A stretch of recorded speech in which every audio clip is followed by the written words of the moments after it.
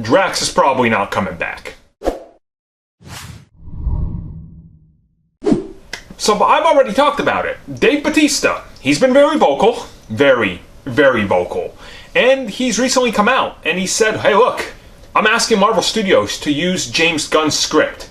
If they don't, I'm asking them to release me of my contract because I don't want to do this. So he's one of a few actors that's been vocal, certainly the most vocal, and this is something that's, I think, very interesting for the future of this because they have to make a decision by the time January rolls around. That was the original start date for Guardians 3. And right around that time, they have reshoots for Avengers 4. So if things don't work out, they're probably just going to be like, alright, reshoots, we can write you out of the story, don't worry about it.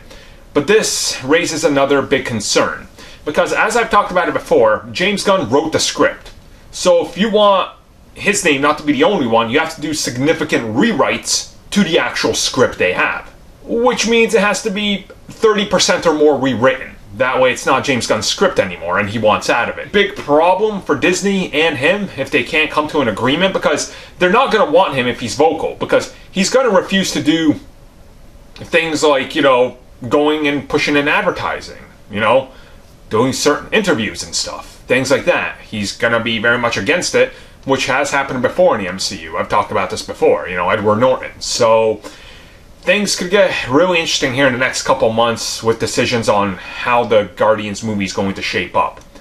And this is one of those things where the more you hear, the worse and worse it's sounding. And if you're a big fan of Guardians, you should probably be worried about the third entry.